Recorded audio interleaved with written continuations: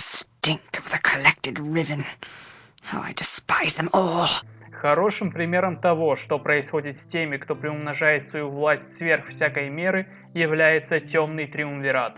Это нечестивый союз трех смертных – Бэйна, Меркула и Баала. Они опустошали земли, по которым ступали, накапливая богатство, силу и знания. Став достаточно могущественными, Троица решилась на отчаянный шаг. Триумвират вторгся на план одного из самых сильных и влиятельных богов тех времен, с намерением отобрать эту силу и власть. Богом этим был Джергал, сам лорд конца всего. Хоть к тому времени они уже и стали полубогами, с Джергалом они бы вряд ли справились, будем честны, да? Само собой, на подступах к крепости их ждали препятствия, армии скелетов, личей и прочей нежити, но благодаря решимости и тому опыту, который у них был, захватчики успешно отражали волну за волной, покорили серую пустошь и ворвались в тронный зал Джергала, который их ждал, с предложением. Оказалось, что Джергал устал, присытился, власть его более не интересует. Он станет советником новых богов, если таково будет их желание. Откажется от костяного трона. Троица была ошарашена, но, конечно же, они без раздумий согласились. И после незатейливой игры, в которой решалось, кто из них какую сферу влияния присвоит, их путь в качестве смертных созданий завершился. Но этого им было недостаточно. Всегда недостаточно. Теперь, уже будучи богами, Триумвират начал вынашивать новый план, и план этот был чертовски нахальным. Похитить у верховного божества Ао скрижали судьбы. И ведь похитили, правда, Ао это, естественно, не очень-то понравилось. Созвав богов, он потребовал признания вины и скрижали обратно. Никто не признался, что и положило начало смутному времени. Ао в наказание низвергг всех богов на землю. Среди них были и наши воры. И как вы уже знаете, наверное, нас интересует именно Баал, лорд убийц. Он предвидел подобный исход, свою смерть, а потому заранее спланировал собственное возрождение. Добился ли он успеха и вновь покорил судьбу? Кто знает. У каждого из нас свои герои, свое прохождение, свой канон, а потому я расскажу о своем путешествии по берегу мечей. Единственное, называть главного героя я буду Абделем, так проще. Это история о внутреннем противостоянии, запретной любви и клятве вечной мести с последующим падением. Свой путь мы начинаем в стенах крепости библиотеки, Кэндлкипа. Там решил осесть его приемный отец и наставник, Гараян, когда Абдель еще был мальчишкой. С ранних лет последний проявлял невероятные воинские способности, а тренировки давались ему просто. Слишком просто. Одна из наставниц библиотеки лично занялась его установлением, превратив талантливого юношу в совершенного воина. Казалось бы, жизнь прекрасна, он был окружен роскошью, друзьями, обучался у лучших из наставников, но сам по себе Абдель был беспокойной душой. И ему нужны были приключения, испытания, вызов. И Гараян все это неожиданно ему предоставил. Старик дал Абделю кошель с золотом, веля отправиться к торговцу и купить все самое необходимое для путешествия. От вопросов же упрямец уворачивается и поторапливает героя. Мы уважаем желание отца и делаем так, как нам и сказали. Очень скоро Абдель убеждается в том, что библиотеку следует покинуть, так как на него покушаются дважды. Мотивы наемников не ясны, но, к счастью, угрозу они представляют слабую, а потому сами становятся жертвами цели. Тем же днем они покидают дом, намереваясь укрыться в лесах или же среди толп врат Балдура. Но, увы, проходя в ночи через лес близ библиотеки, они нарываются на поджидающих именно их наемников, во главе с таинственным человеком, который очень хочет заполучить нас. И не обязательно целиком. Гараян вступается за сына, велит Абделю бежать, принимая весь чудовищный удар группы на себя. Маг уничтожает всех, кроме того самого незнакомца. Следовательно, обменивает свою жизнь на жизнь сына. Кое-как пережив ночь, Абдель возвращается к дороге, где встречает Имаэн, свою верную подругу, вместе с которой рос в библиотеке. Оказалось, она с самого начала следовала за ними, не желая оставаться в стороне от развлечений и грандиозных приключений. Сочувствуя нашей утрате, она присоединяется к герою, который, начиная осознавать события прошлой ночи, переполняется ненавистью, клянется выследить убийцу отца и отомстить. Но с чего начать? Он вспоминает, что перед уходом из дома Гарайан проинструктировал его. Если с ним что-то случится, Абдель должен отправиться в небольшое поселение, дружескую руку. Оставляя позади отца, Абдель с Имаен следует его указаниям. У входа в таверну некий Тарнеш сначала задает подозрительные вопросы, а потом, сделав для себя кое-какие выводы, начинает творить заклинания, очевидно пытаясь убить их. Однако сделать это он не в силах, а потому друзья перешагивают через его труп и залитые кровью заходят в таверну. Там им оказывают теплый прием. Они встречают старых друзей Гараяна, Халида, заикающегося, но сильного и очаровательного воина, а также Джахиру, суровую друидку, которая приходится Халиду женой. Они понимают, что Гараян не отпустил бы свое дитя скитаться в одиночестве, но времени на погоревать нет. Они становятся опекунами Абделя по просьбе его покойного отца и предлагают отправиться в Нашкель, поговорить с мэром города и выяснить, почему вся поставляемая оттуда руда стала порченной. Выкованные из этого материала доспехи и оружие разваливаются на глазах. Это кризис, и теперь все разбойники, орудующие на дорогах и в лесах, больше заинтересованы в железе, а не в золоте. Абдель осознает всю важность миссии и объединяется с ними. Уже в Нашкеле выясняется, в шахтах рядом с городом творятся странные дела. Мэр просит их отправиться туда и собрать информацию. Ну а в шахтах действительно что-то не так. Рудокопы трясутся от страха, выдумывают сказки о драконах и призраках. Наотрез отказываются работать на уровнях что глубже. На деле же там всего-навсего кобальды. На свежем трупе одного из них Абдель находит пузырек с подозрительной жидкостью. Так они и портят ее. При контакте с содержимым пузырька руда становится ломкой, хрупкой. Само собой, эти твари слишком тупы для создания, не говоря уже о реализации подобного плана. Их направляет полуорк, Мулахей, с которым Абдель также расправляется. Из писем, найденных при нем, выясняется, что он тоже пешка. Направляет его некто Тазак, который организует нападения на караваны и на путников, отчего путешествие по этим дорогам кажется делом сомнительным. В письме также сказано, что у Тазока есть связной, который в данный момент расположился в Берегости, в гостинице Фалпоста. Это зацепка. Вернувшись в Нашкель, как герой, Абдель делится найденными сведениями с мэром. Познакомиться с Минском, воином-берсерком из далекого Рашимана, который просит помочь спасти его ведьму Динахейр. Абдель соглашается, хоть его и беспокоит поведение следопыта, который разговаривает со своим ручным хомяком Бу. Но он привыкнет к этому щекастому соратнику, и Бу станет неотъемлемой частью команды. Вместе они штурмуют крепость под воинственные писки Бу и рев Минска. Тут поселились гнолы, которые захватили Динахейр. Минск в своем стиле принялся вдалбливать в уродливые головы гнолов здравый смысл. Абдель и остальные присоединились к нему. И вскоре все гнолы были мертвы, а у нас теперь есть сексуальная, смугленькая девуля, которая еще и в магию может. Свое решение остаться с Абделем они объясняют тем, что проходят ритуал. Даджему. Переход во взрослую жизнь и должны странствовать в поисках приключений, а с Абделем у них будет много приключений. Окруженный сильными союзниками, герой решает продолжить расследование, начатое в Нашкеле, и держит путь в Берегост, а именно в гостиницу, которую облюбовал связной, которого Абдель очень быстро прижал к ногтю. Малодушный маг рассказывает, как попасть в лагерь его покровителей, где и планируются все налеты и грабежи. Абдель не проявляет милосердия и убивает мага, так как тот может и донести на него, сорвать его план. На пути к своей цели в Пелдвейле он встречает ее, Виконию, дроу, которую обвинили в убийстве. Она просит Абделя о помощи, но их разговор прерывает наемник, который без суда и следствия решает просто прикончить ее, потому как всем известно, что дроу – зло воплоти. А Абделю этот аргумент кажется, мягко говоря, слабым. Вместе с Виконией они дают отпор и убивают эту карикатуру на представителя закона. Дроу благодарит Абделя за спасение, и их пути расходятся, но очарованный парень обещает себе, что еще повстречается с ней. Но сейчас не время для подобных мыслей. К северу от Пелдвейла расположился лагерь бандитов, и кого тут только нет. Гнолы устроились в пещерах, хоб-гоблины патрулируют окрестности, да и люди среди них затесались. Абделя это не смущает, со своей группой он штурмует лагерь, вырезает каждого попавшегося на пути преступника и вскоре оказывается в шатре Тазока. Самого Тазока, правда, нет, лишь его прихвостни, которые также не в силах тягаться с Абделем.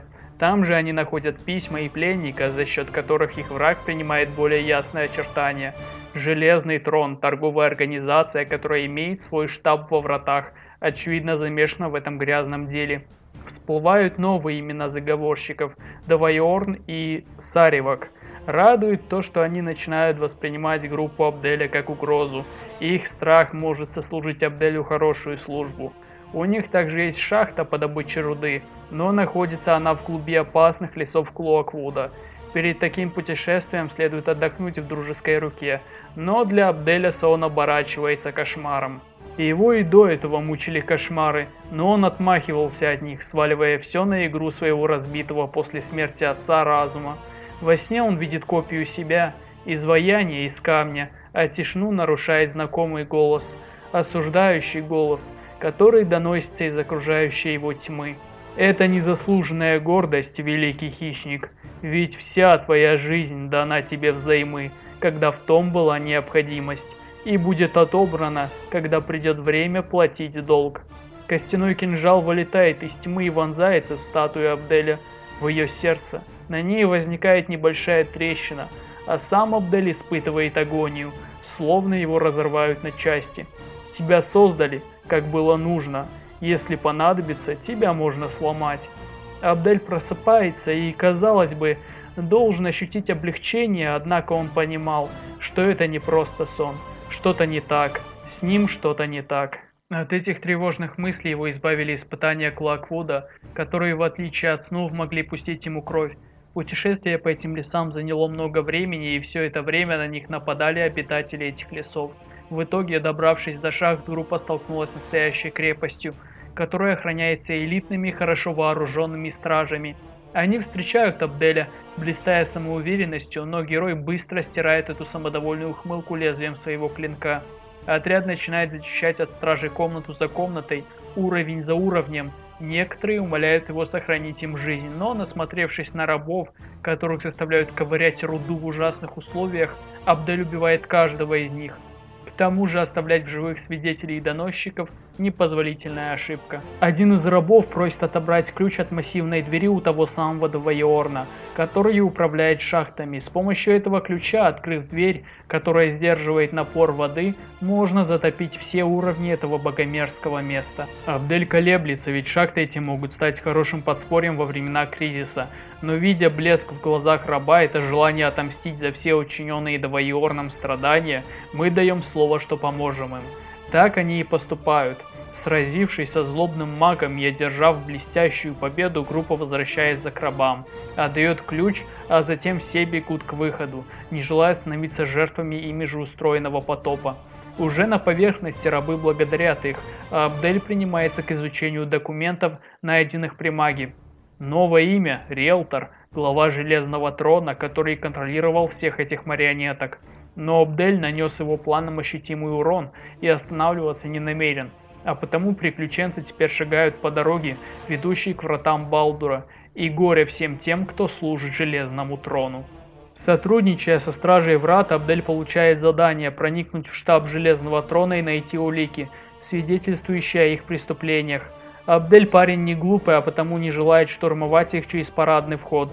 Спустившись в зловонную канализацию под вратами, они попадают в подвал. Заведение, наполненное шлюшками, наркоманами и дворянами. На мгновение Абделя поглощает желание устроить резню, так как все эти люди ему омерзительны.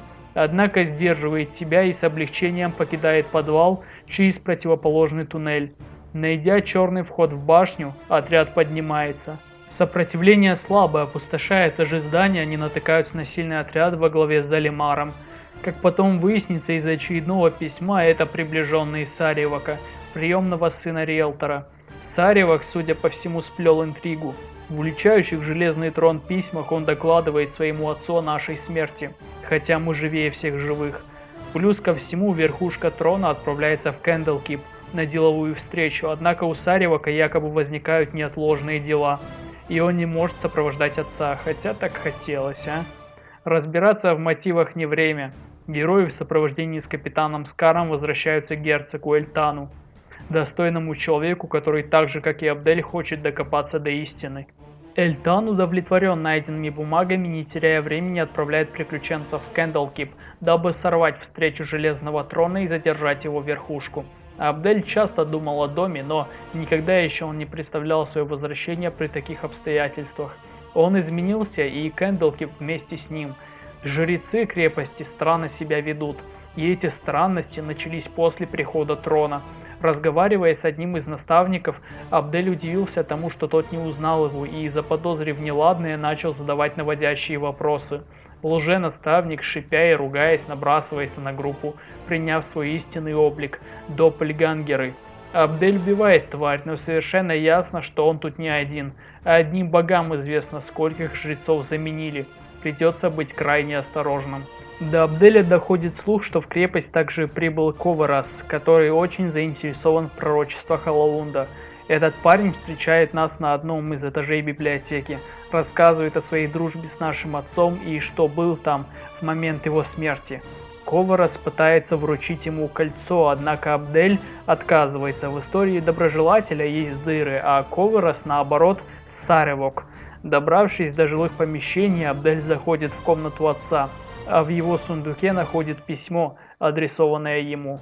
Да, ребятушки, в письме откровения Гараэна оказалось Абдель никто иной, как один из многочисленных потомков своего отца, настоящего отца, Баала. Будучи сыном лорда-убийц, Абдель, как и все остальные его братья и сестры, чувствует тягу к смерти и разрушениям.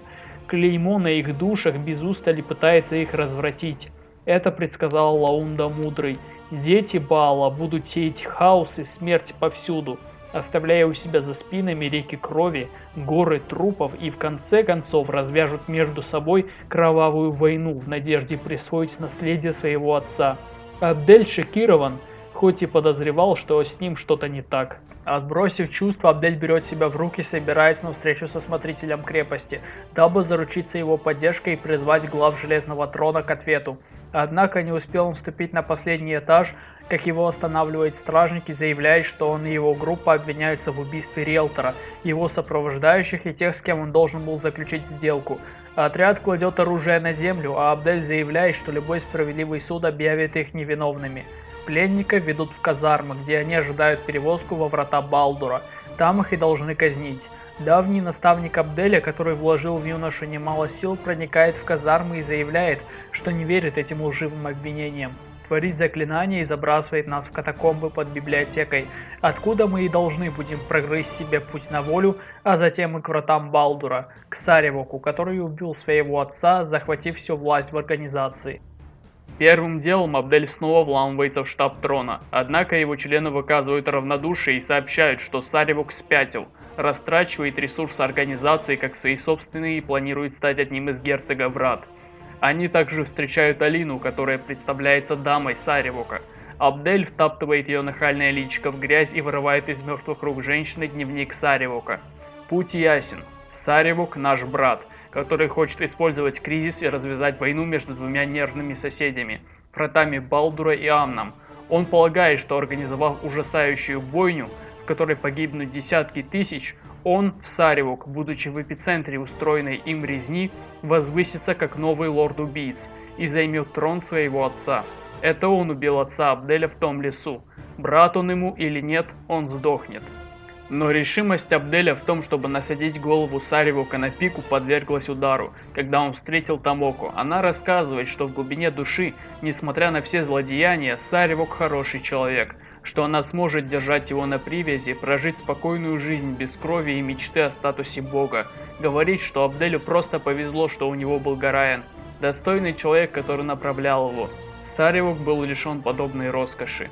Первой реакцией Абделя было прижать Тамоко к стене и перерезать глотку, но не клеймо ли на его душе нашептывало ему. Потому после долгого молчания Абдель обещает, что не убьет брата. Оставив растерянного и опустошенного Абделя наедине с его мыслями, Тамоко уходит. В подвале под вратами Абдель по наводке встречается с ассасинами, которые должны в назначенное время нанести удар во время коронации Саревока. Пустив им кровь, полубог присваивает приглашение на коронацию и беспрепятственно проходит в герцогский дворец. Саревок произносит лживую речь перед дворянами, которые оборачиваются доппельгангерами и набрасываются на герцогов и стражу. Абдель помогает страже отбиться и спасает герцогов, а затем предъявляет доказательства вины Саревока, его дневник. Саревок в ярости отвергает обвинения, но поняв, что не в силах контрить подобное, набрасывается на брата. Абдель достойно дает отпор и ранит Саревока, после чего появляется маг, его слуга, и телепортируется вместе со своим господином прочь из замка. Не теряя времени, герцоги телепортируют Абделя в погоню за Саревоком. Герои бегут по лабиринту под домом гильдии воров и натыкаются на проход к городу под городом. И на наставника Саревока, Винский, которого Саревок в гневе ранил и бросил тут подыхать. Тот заявляет, что ему плевать на смерть, так как его запомнят. Он приложил руку к становлению Саревока, и бессмертие ему обеспечено. Абдель, уставший от всего этого, просто перешагивает через умирающего и шагает к храму Баала, который и облюбовал Саревок. Путь ему снова преграждают, и на этот раз это та самая красавица из далекого Каратура, Томоко. Она расстроена и рассказывает, что Саревок узнал о ее встрече с Абделем и пришел в бешенство, прогнал. И теперь, чтобы вернуть его расположение, она должна убить Абделя. Но Абдель не хочет сражаться, он знает, что она ослеплена любовью, а не идеями Саревока. Тем не менее, Томоко заняла твердую позицию и набросилась на него. Защищаясь, Абдель убивает Томоко, и ее смерть тяжким грузом ложится на его плечи. Окончательно подавленный, с кровью невинной на руках, Абдель перешагивает порог храма и предстает перед Саревоком. Абдель в отчаянии умоляет брата прекратить это безумие, в надежде сдержать слово, данное Томоко. Он взывает к брату, предлагая ему плечом к плечу встретить угрозу в лице Баала и его наследия. Однако уязвленная гордость Саревока берет верх над здравым смыслом. Все его планы рухнули, репутация испорчена, край объявил его персоной нон-грата и всему виной Абдель. Саревок, рыча в протесте, шагает навстречу брату и своей смерти с мечом в руке. Абдель так и не сдержал свое слово. На этом история не завершается. Более того, она даже не началась.